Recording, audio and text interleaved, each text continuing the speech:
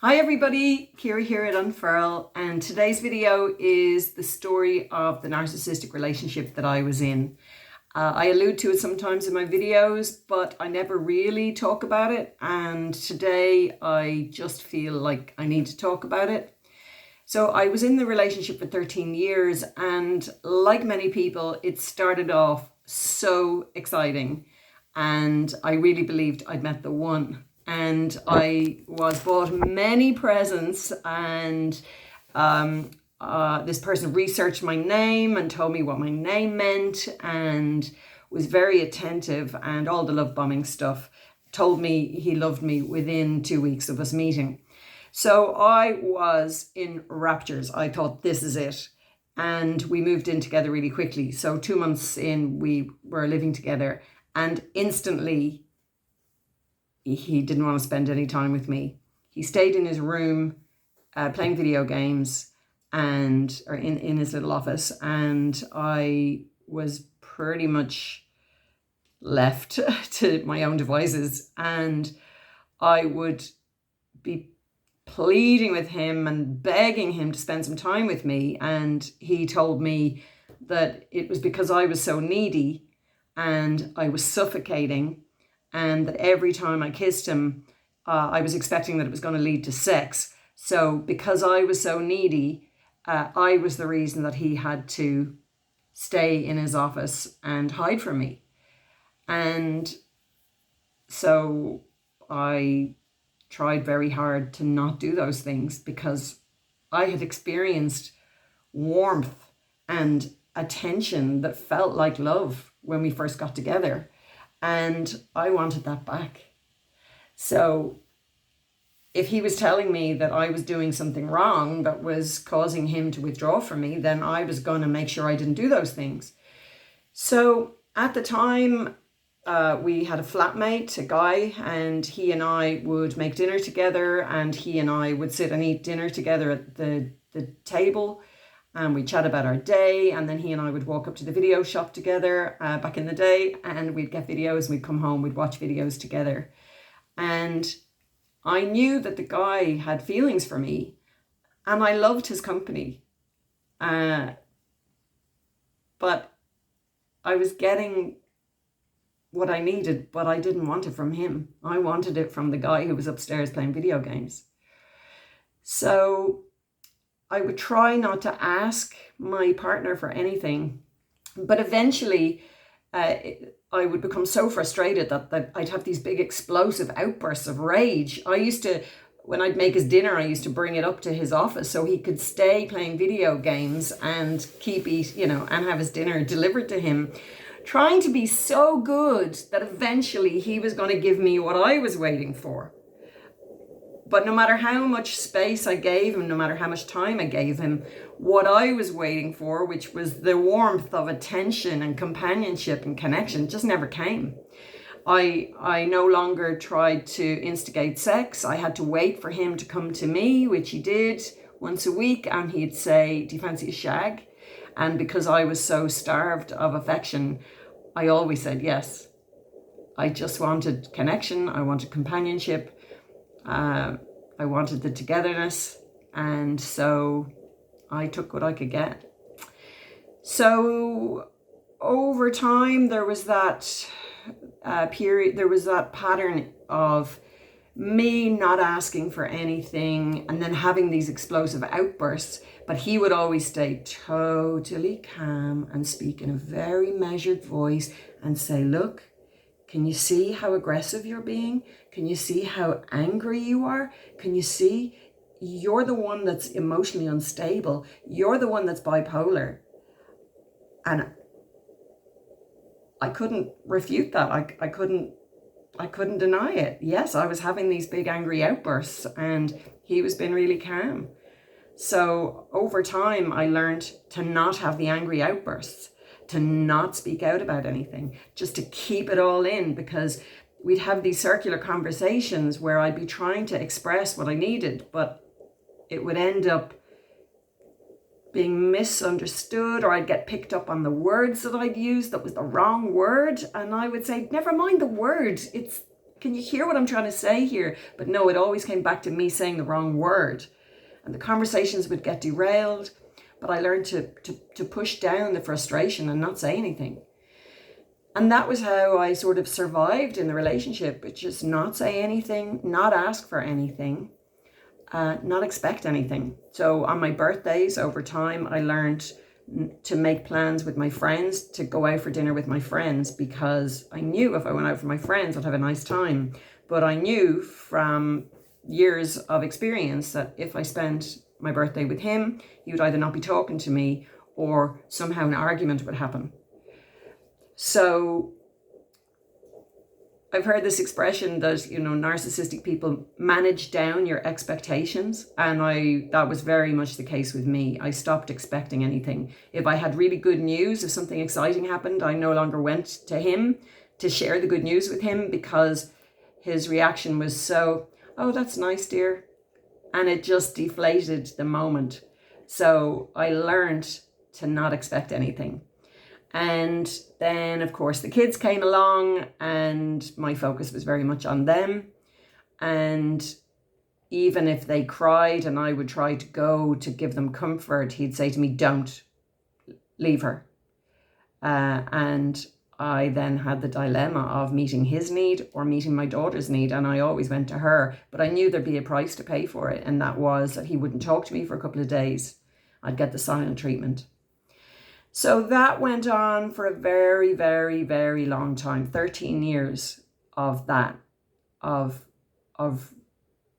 being the doer, being the giver, and receiving and expecting to receive nothing in return.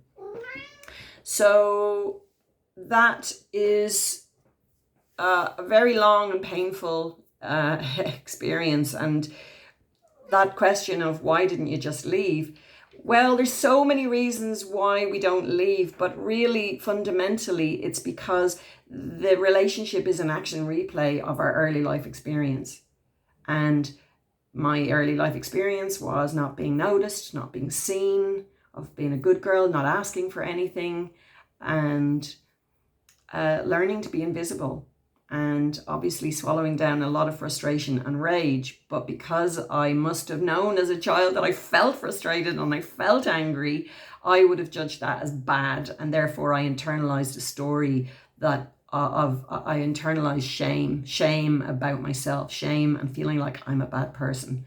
So I didn't know when I was in the 13-year relationship that I had so much shame about having needs, and anger and frustration and rage about those needs not being met.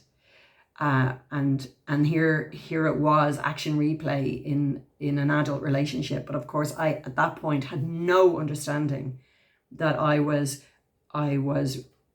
pulling all my experiences from childhood, and here they were being acted out in front of me for me to become conscious. And it took me maybe 11 years to start to wake up. Hang on a second. And I got into therapy, and then my therapist would say, observe, don't absorb. So basically what I learned to do, it was very hard, was to just watch, sit back and watch the show. It wasn't, everything that I was observing wasn't about me. It wasn't that I wasn't sexy enough or wasn't good enough or interesting enough. This was about how another person relates. So, hold on, I have to let the cat out or we're going to hear meow, meow, meow. All right, out you go. So, yes, it was a very, very difficult process to come out of that relationship. Very difficult, because the deep programming is there's something wrong with me. I'm bad. I'm wrong. This must be my fault. Because I'd internalized that story when I was young without realizing it. And then here it was being reinforced over a long time, 13 years in total of being told I'm the problem. That's a really long time to have that message reinforced. So coming out of that relationship, there was a lot of repair work to do.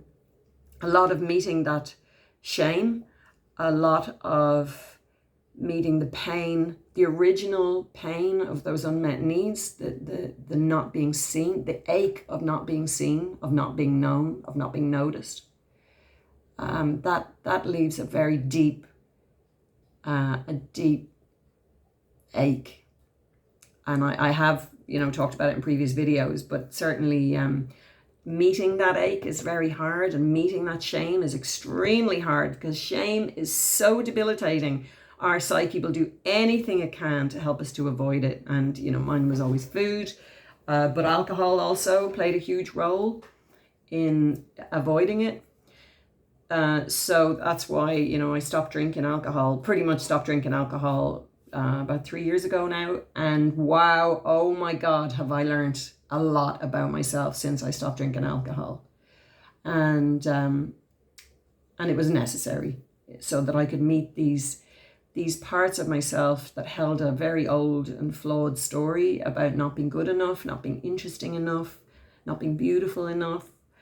That poor child had tried to make sense of, why is nobody seeing me? Oh, it must be because I'm not interesting enough or beautiful enough or whatever. So, it's hard work to kind of catch those little beliefs and come in with kindness as the adult to kind of hold them and let them dissolve. It's been a big, big process, and I couldn't have done it on my own. I definitely couldn't have done it on my own. I definitely advise anyone who is recovering from it, or even still in the relationship, to work with a therapist, because we can't see it by ourselves. So it's very hard to feel, to trust that we could show these deep, dark feelings of rage and frustration, that another will accept that in us, that we can still be lovable and acceptable for having those feelings, that we're not bad or wrong or flawed for feeling that way. So coming out of that, I can't say I was in any great emotional shape to move into a new relationship or another relationship.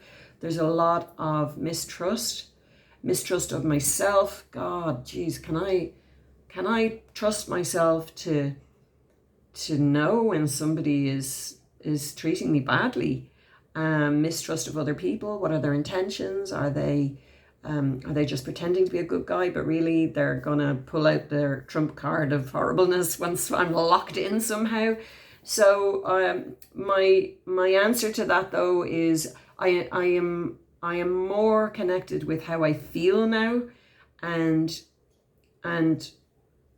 I know that I need space and time so that I can hear what I'm thinking and feeling. But because I'm in connection with my deeper, truer self now, I know that if I were to meet up with somebody, I would notice far earlier that things aren't right. It doesn't feel right in my body. And that's why anyone who has been in a toxic relationship, if you are going out dating again, I highly recommend sober dating, because we miss too many clues when we're drunk. We miss way too many messages that are coming from our body that are telling us this doesn't feel right. Something is off here. So sober dating, people, can't recommend it highly enough. What else did I want to say? Is there anything else I want to say? Nothing really, except it's a very lonely experience. Those kind of relationships are very lonely. That partner that I was with told me that he didn't trust my group of friends, that he didn't feel that they had my best intentions in mind. And he sowed the seed of doubt in me about my group of friends. And so I withdrew from my group of friends, and that's how I became quite isolated from a group of people that collectively probably could have said or suggested, this is really not healthy. But because I didn't really have that network, I didn't really have that sounding board. And obviously I lived in Australia at the time, so I had no family around who would speak plainly and tell me the truth. And so what other aspects? So that kind of isolation factor played a big role. And also that need, I came into the relationship with that need to fix things. If things aren't right, then I feel it's my responsibility to make it better. So I did come in with fixing mode, fixing mentality. And that's a hard habit to break as well. So yeah, definitely, if you're in this or have just come out the other side of it, I really hope you have a therapist you can work with who can walk with you through it, because it's It's so hard to do it on your own. All right, lots of love, everybody, and I will catch up with you very soon. Bye for now.